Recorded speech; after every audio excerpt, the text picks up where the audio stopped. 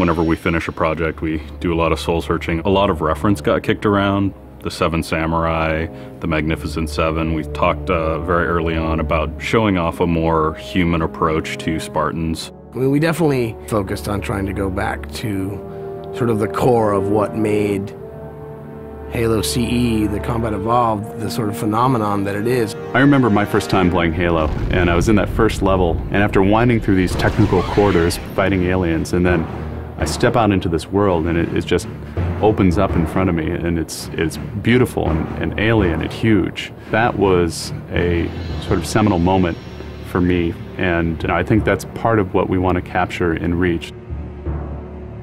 Something that was core to the game at the beginning was that sense of wonder and exploration. We started with a series of events. We basically set out like, okay, from this date on Reach to this date, we built a military campaign. We all had a desire to really flesh out the backstory of what happened prior to Master Chief and Cortana even entering the picture. We knew there were other Spartans, and it just seemed like such a rich area to tell a character-driven story with new characters.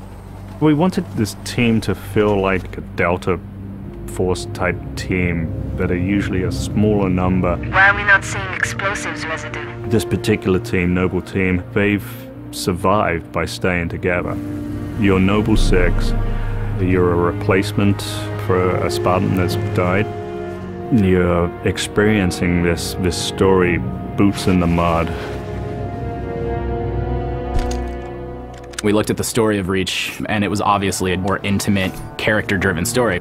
We really needed the attention to real-world detail, trying to make these characters' faces really feel like believable. We started everything over from scratch, came up with a whole new rig for how we animate faces and also how we approach like texturing them, modeling them, everything, and just put a lot more time.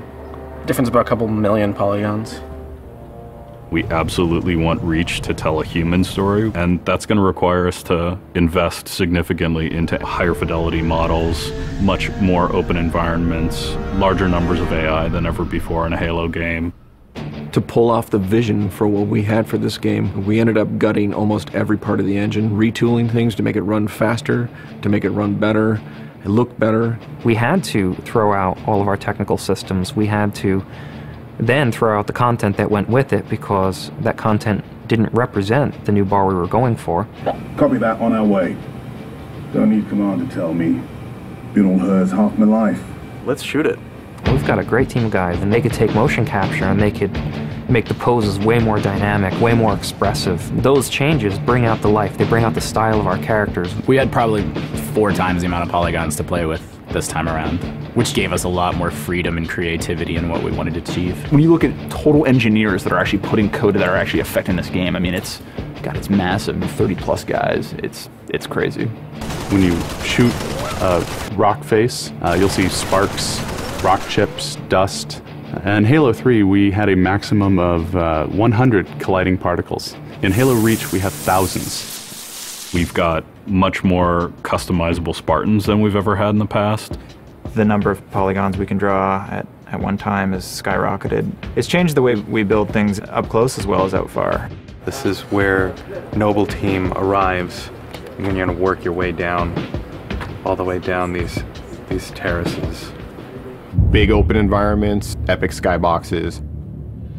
These are things that are quintessential to Halo. Like, we're building a planet that exists 500 years from now. We want to build spaces that you want to explore. We want to put twice as many characters, vehicles, and weapons into that environment. That's going to require massive improvements to the way we handle our artificial intelligence in the game. We now can put so many AI in an encounter that you can put 4 Spartans, the player, 8 Marines against 30-ish Covenant, and that's an actual serious challenge. Bringing the elites back was something that was really a true joy for us because they're such an awesome character to fight. What if the Spartans and the soldiers don't actually understand what the aliens are saying? What's that going to feel like? What if we can get back to having the aliens feel really alien and threatening? these people and this planet and this story deserve something new and different. Just a different underlying sense of tragedy, heroism. We're rebuilding everything from the ground up. You have to walk this very fine balance. We want to add new things, but we don't want to rough up anybody's baby. I mean, that's the whole thing about the crazy sausage that is Bungie's Halo Reach ODST universe, is that we've sort of developed this gameplay that every person sort of has the different things about it that they like, and I still think that we still struggle to figure out exactly what, you know, like what can we add or remove without pissing off certain people in the population. We looked at the Halo 3 assault rifle, and it really does feel kind of dated. It fit the tech then, but now we have all of these new polygons to play with. We went to a lot of trouble to sort of ground the weapons and the vehicles more in this sort of more real, more gritty world. We refined a lot of the weapons to push them into their particular role, and that role is defined a lot by range and the range of combat that you're going to play. For instance, the DMR, which is this sort of medium to long range suppression marksman rifle. It's going to be a sandbox game. It's not going to be a carefully scripted game where every movement of the AI is controlled by a mission designer. It's much broader than that. It allows the player to deal with encounters in their own specific way. There's definitely going to be offhand grenade throwing. There's definitely going to be vehicles. There's definitely going to be a large number of weapons that are incredibly powerful, incredibly accurate, that allow the player to feel like a badass. Now, if you melee him in the back of the head, like you really mean it, you're holding down on the button, and you will launch into this more elaborate animation sequence. It's going to be a very different campaign experience for people overall. We're doing stuff in the campaign that people absolutely won't expect from a Halo game. Bigger battles, brand new cast of characters. An incredibly ambitious game. Every neuron in my head is firing with just reach, reach, reach. We knew from the beginning what the end was going to be. This is the definitive Halo made by the people who created Halo.